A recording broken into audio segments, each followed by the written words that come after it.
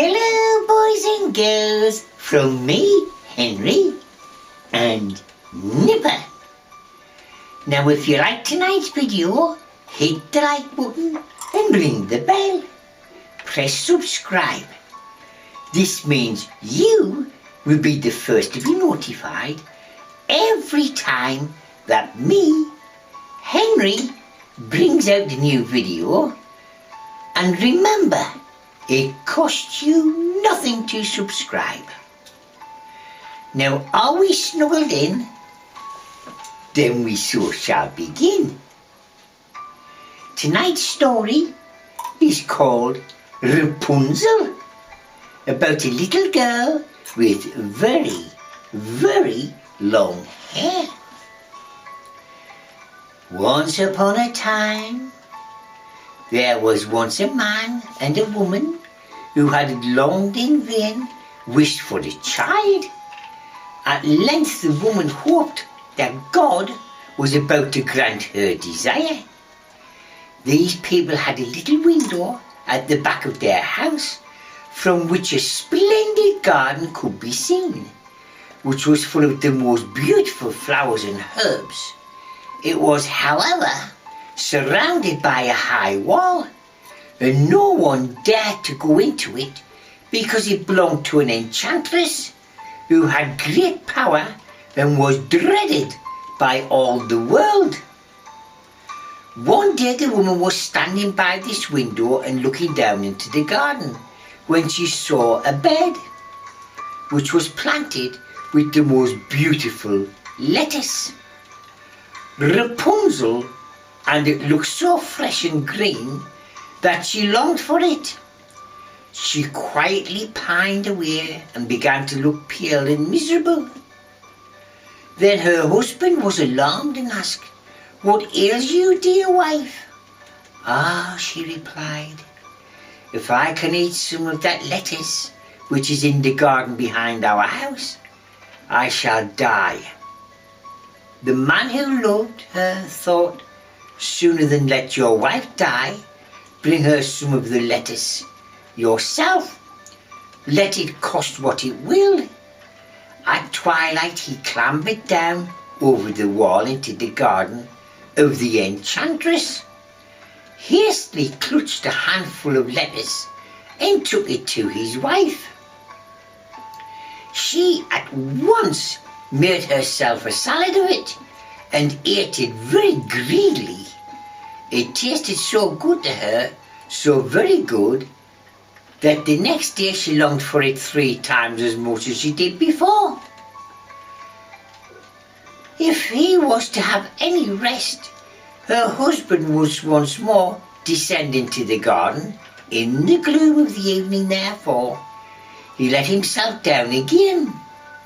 But when he clambered down the wall, he was terribly afraid, for he saw the enchantress standing beside him. "How can you dare," she said with an angry look, "descend into my garden and steal my lettuce? Like a thief, you shall suffer for it." "Ah," answered he, "let mercy take the place of justice. I only made up my mind to do it out of necessity. My wife saw your lovely lettuce from the window and felt such a longing for it that she would have died if she had not gotten some to eat." Then the enchantress allowed her anger to be softened and said to him, "If the case be as you say, I will allow you to take away with you as much lettuce as you will. Only I make one condition. You must give me the child which your wife will bring into the world. It shall be well treated, and I will care for it like a mother." The man in his terror consented to everything, and when the woman was brought to bed, the enchantress appeared at once, gave the child the name Rapunzel, and took it away with her. Rapunzel grew into the most beautiful child under the sun. When she was 12 years old, the enchantress shut her into a tower, which lay in a forest, and had neither stairs nor a door. but quite at the top was a little window where the enchantress wanted to go in. She placed herself beneath it and cried, "Rapunzel, Rapunzel, let down your hair to me." Rapunzel had magnificent long hair, fine as spun gold, and when she heard the voice of the enchantress, she unfastened her braided tresses, wound them round one of the hooks in the window above, and then the hair fell 20 ells down, and the enchantress climbed up by it. After a year or two, it came to pass that the king's son rode through the forest and passed by the tower. Then he heard a song which was so charming that he stood still and listened. This was Rapunzel, who in her solitude passed her time in letting her sweet voice resound. The king's son wanted to climb up to her and looked for the door to the tower, but none was to be found. He rode home, but the singing had so deeply touched his heart that every day he went out into the forest and listened to it. Once when he was thus standing beside a tree, he saw that an enchantress came there, and he heard how she cried, "Rapunzel, Rapunzel, let down your hair to me." Then Rapunzel let down the braids of her hair, and the enchantress climbed up to her.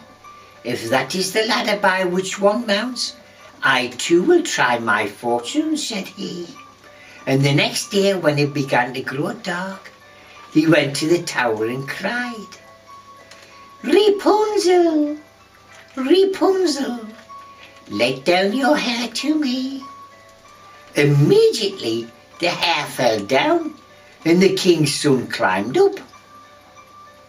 At first, Rapunzel was terribly frightened when a man such as he saw in her eyes had never yet beheld came to her. But the king's son began to talk to her quite like a friend, and told her that his heart had been so stirred that it had led him to have no rest, and he had been forced to see her. Then Rapunzel lost all her fear, and when asked if he would or she would take him for a husband, and saw that he was young and handsome, she thought, "He will love me more than old Dame Gothel does," and said yes, and laid her hand in his. She said, "I will willingly go away with you, but I don't know how to get down.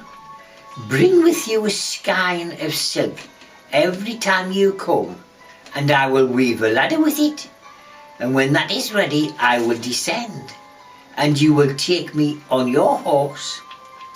They agreed that until the next time he should come to her every evening, for the old woman came by day. The enchantress remarked nothing of this until once Rapunzel said to her, "Tell me, Dame Gothel, how it happens that you are such heavier for me to draw than the king's son. He is with me in a moment." "Ah, you wicked child," she cried. The enchantress was very annoyed. "What did I hear you say? I thought I had separated you from the world, and yet you have deceived me." In her anger she clutched Rapunzel's beautiful tresses, wrapped them twice around her left hand, seized a pair of scissors with the right, and snip, snap, they were cut off, and the lovely braids lay on the ground. And she was so pitiless that she took poor Rapunzel into a desert, where she had to live in great grief and misery. On the same day she cast out Rapunzel, however, the enchantress fastened the braids of hair which she cut off to the hook of the window. And when the king's son came by and cried, "Rapunzel, Rapunzel, let down your hair to me," she let the hair down. The king's son ascended, but instead of finding his dearest Rapunzel, he found the enchantress, who gazed at him with wicked and venomous looks.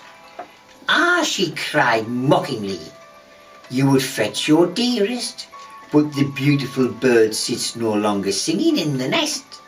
The cat has got it, and will scratch out your eyes as well. Rapunzel is lost to you. You will never see her again." The king's son was beside himself with pain, and in despair he leapt down from the tower. He escaped with his life, but the thorns into which he fell pierced his eyes. Then he wandered quite blind about the forest, ate nothing but roots and berries, and did naught but lament and weep over the loss of his dearest wife. Thus he roamed about in misery for some years, and at length came to the desert, where Rapunzel, with the twins to which she had given birth, a boy and a girl, lived in wretchedness.